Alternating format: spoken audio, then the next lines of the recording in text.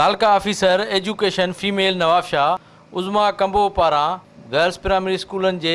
शागिर्दनि जे विच में चटाभेटी ऐं टेबलोज़ जा मुक़ाबला HM ख्वाजा ऑडिटोरियम हॉल में कराया, जंहिंमें तालके नवाब शाह जे समूरनि गर्ल्स प्राइमरी स्कूल जे शागिर्दनि हिसो वरितो ऐं तइलीम जे हवाले सां टेबलोज़ ऐं तक़रीरूं कयूं।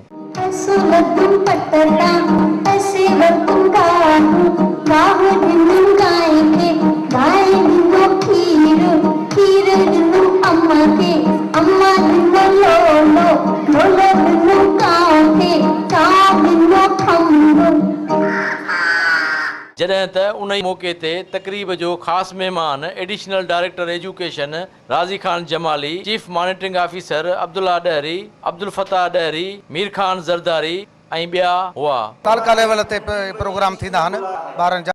जंहिंमें स्पीच आहे, टेबलोज़ आहिनि, जेके उन्हनि जो ॿारनि पाण में मुक़ाबिलो थींदो आहे मुख़्तलिफ़ स्कूलनि जे ॿारनि जे टैलेंट मां इहो ज़ाहिर थो थिए त हिते जेके असांजा उस्ताद आहिनि ज़िले जा तमामु सख़्तु महिनती आहिनि, जिन जी सॼी जेका जिदोजहद आहे जेका ॿारनि खे हिकिड़ो उभारे मथे आणे थी। जी, मेरा आज का जो प्रोग्राम करवाने का मकसद सिर्फ यही है कि मैं क्वालिटी एजुकेशन को इन्हेंस करूं। मैंने डिफरेंट